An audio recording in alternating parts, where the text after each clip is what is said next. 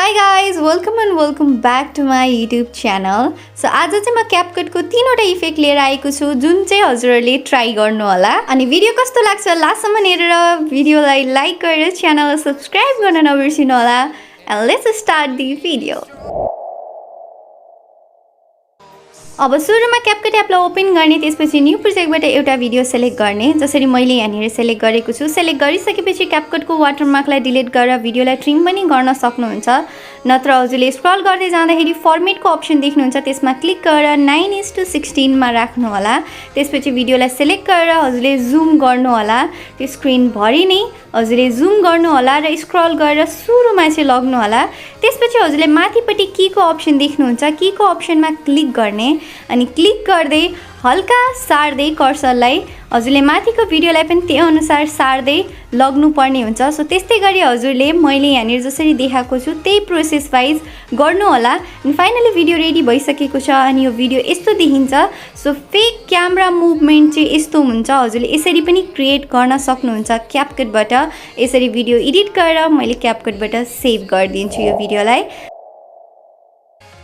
सुरुमा चाहिँ Capcut एपलाई open गर्ने न्यू प्रोजेक्टमा जाने त्यसपछि स्टक भिडियोको अप्सन देख्नुहुन्छ. हजुरले एल्बमको साइडमा एम्प्टी ब्याकग्राउन्ड सेलेक्ट गर्नु होला. त्यसपछि चाहिँ हजुरले त्यहाँनिर तलपट्टि टेक्स्टको अप्सन देख्नुहुन्छ त्यसमा क्लिक गर्ने. त्यसपछि टेक्स्ट टेम्प्लेट भन्ने अप्सन देख्नुहुन्छ त्यसमा क्लिक गरेर स्क्रल गर्दै जानुहुन्छ भने त्यहाँनिर हजुरले मेसेजको सेक्सन देख्नुहुन्छ. सो हजुरले एउटा कुनै सेलेक्ट गर्ने व्हाइट अर ब्लू हजुरले दुईवटा देख्नुहुन्छ. सो फर्स्टमा मैले कुनै एउटा सेलेक्ट गरेर मलाई जे पनि मेसेज लेख्नु छ त्यहाँनिर मैले just like hi how are you लेखेको छु. सो त्यो लेखेर चाहिँ फेरि म ब्याक आउँछु. ब्याक आएर स्क्रल गर्दै जाँदाखेरि क्यानभस भन्ने अप्सन देख्नुहुन्छ त्यसमा क्लिक गरेर कलरको अप्सनमा गएर हजुरले ब्याकग्राउन्डको कलर हजुरले येल्लो ग्रीन यस्तै राख्नु होला जुन राखे पनि अनि सेभ गरिदिनु होला. फेरि सेम त्यही प्रोसेसले म ब्याक आएर त्यसलाई डिलिट गरिदिन्छु अनि फेरि टेक्स्ट टेम्प्लेटमा क्लिक गरेर मेसेजको सेक्सनमा गएर मैले अर्को वाला चाहिँ टेम्प्लेटलाई सेलेक्ट गर्छु. त्यसपछि फेरि त्यसमा मलाई जे मेसेज लेख्नु छ त्यो मैले यहाँनिर लेखेर मैले त्यसलाई सेभ गरिदिन्छु. अनि अब न्यू प्रोजेक्टबाट एउटा भिडियो सेलेक्ट गर्छु. त्यसपछि ओभरलेको अप्सनमा गएर मैले त्यही सेम टेक्स्ट जुन मैले सेभ गरेको थिएँ त्यो मैले यहाँनिर सेलेक्ट गर्छु. त्यसपछि अर्को पनि मैले त्यस्तै गर्ने सेलेक्ट गर्छु अनि मलाई जहाँनिर राख्नु छ भिडियोमा त्यहाँनिर राख्छु. अनि फर्स्टमा एउटालाई कुनैलाई सेलेक्ट गरेर स्क्रल गर्दै जानुहुन्छ भने हजुरले त्यहाँनिर क्रोम की भन्ने देख्नुहुन्छ त्यसमा कलर पिकरको अप्सन छ त्यसमा क्लिक गरेर हजुरले कलर पिक गरेर इन्टेन्सिटीलाई हल्का बढाउने बित्तिकै हजुरको जुन ब्याकग्राउन्ड छ त्यो रिमुभ हुन्छ अनि हजुरको चाहिँ यो टेक्स्ट यस्तो खालको देखिन्छ. अनि त्यसको ड्युरेसन कहाँ राख्ने हो त्यहाँनिर एडजस्ट गरेर हजुरले अनवान्टेड पार्टलाई डिलिट गरिदिन सक्नुहुन्छ. अनि हजुरले चाहिँ यो कुनै पनि च्याट टाइप अफ कन्टेन्ट बनाउँदै हुनुहुन्छ भने त्यसको लागि एकदम काम लाग्छ. हजुरले कुनै पनि एउटा ओभरलेलाई सेलेक्ट गरेर फर्स्टमा हजुरले एउटा एनिमेसन राखिदिनु होला. मैले यहाँनिर मिनी जुम भन्ने एनिमेसन छ सो त्यो राख्दैछु.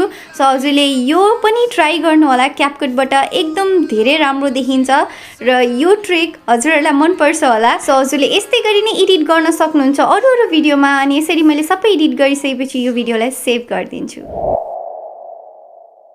अब फर्स्टमा मैले क्यापकटबाट एउटा भिडियो सेलेक्ट गर्छु. अब यसमा चाहिँ म ब्ल्याक इफेक्ट राखेर देखाउँछु हजुरहरूलाई. सो फर्स्टमा एड ओभरलेबाट मैले सेम भिडियो सेलेक्ट गर्छु अनि त्यसलाई पनि स्क्रिनमा एडजस्ट गर्छु. सो त्यतिको गरिसकेपछि रिमुभ ब्याकग्राउन्डमा गएर ब्याकग्राउन्ड रिमुभ गरिदिन्छु फर्स्टमा.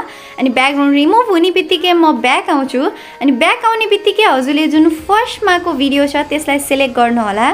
सेलेक्ट गरेर हजुरले स्क्रल गर्दै जानुहुन्छ भने त्यहाँनिर हजुरले एडजस्टको अप्सन देख्नुहुन्छ त्यसमा गएर हजुरले ब्राइटनेस कम गरिदिनु होला. कन्ट्रास्टलाई हल्का कम गर्नु होला अनि स्याचुरेसनलाई पनि थोरै कम गरेर चाहिँ हजुरले यसरी ब्याकग्राउन्डमा यस्तो ब्ल्याक इफेक्टहरू बनाउन सक्नुहुन्छ यदि हजुरलाई ब्याकग्राउन्डलाई चाहिँ ब्ल्याक बनाउनु छ भने. सो यो पनि हजुरले क्यापकटबाट एकदम इजिली र एकदम छिटो तरिकाले गर्न सक्नुहुन्छ. सो हजुरले यो इफेक्ट पनि ट्राई गर्नु होला आफ्नो भिडियोजहरूमा. मैले पनि ब्ल्याक ब्याकग्राउन्ड बनाउँदाखेरि ट्राई गर्छु. अब यो भिडियो पनि एडिट भइसकेको छ र यस्तै गरी हजुरले यो तीनैवटा इफेक्ट ट्राई गर्नु होला आफ्नो भिडियोजहरूमा अनि यसै गरी नै एडिट गरेर हाल्न सक्नुहुन्छ. सो आउने दिनमा यस्तै खालको नयाँ भिडियोजहरू लिएर आउनेछु. तबसम्मको लागि बाई.